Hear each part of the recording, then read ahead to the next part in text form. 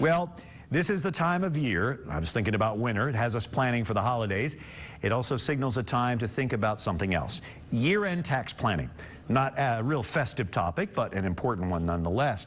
To help us get ready for the season, we turn to U.S. Bank Vice President and Senior Portfolio Manager Mike Dennemann for this morning's U.S. Bank Economic 360. Mike, great to have you with us. So, what should investors be thinking about as the end of the year approaches? Sure. So, tax is no one's favorite topic, but for investors, that generally means thinking about capital gains taxes.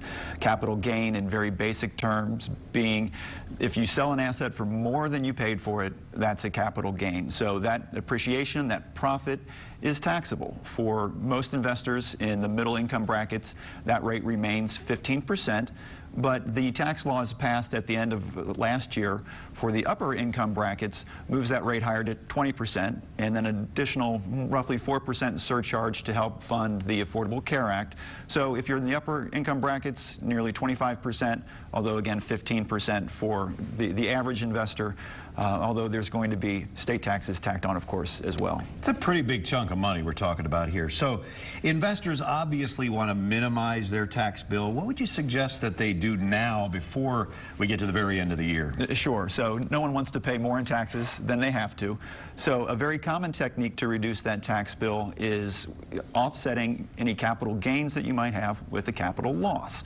So if you have assets that have lost value, what the law allows is that you can sell that asset, you can book that loss, and then offset any gain in whole or in part with the loss that you've realized. So you can do this dollar for dollar, loss against gain.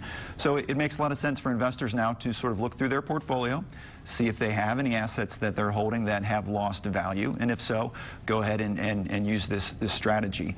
No one likes to have investments that have lost money. But if you have, this is at least a way to put that loss to good use. Let's talk about mutual funds, because this is something we don't think about. Most of us are going to be looking at some tax liability here. Right. You raise a great point.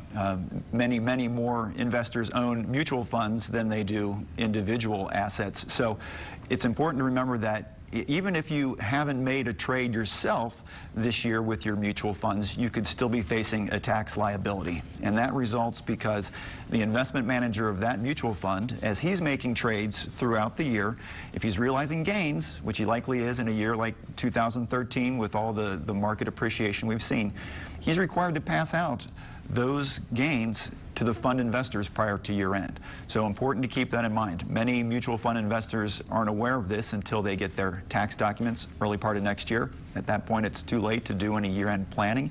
So what you can do is go out. Most mutual fund companies will place this tax information near year-end on their websites. Go to that homepage, see if you can find that information, and then that can give you the information you need to do some loss selling if necessary. Yeah. Of course, important to point out, anytime we're talking about taxes, we're talking in very broad general terms this morning, but there are a lot of nuances, rules that are incorporated with this. So if this is a strategy you're unfamiliar with, probably best to talk to your investment advisor, your financial planner, a tax consultant, someone who's more familiar with the ins and outs of this, because you don't want to be tripped up by any of the rules. Guys like you, Mike Dennemann, we appreciate you and U.S. Bank. Thanks, Brian. Sounds like it's time to take some action.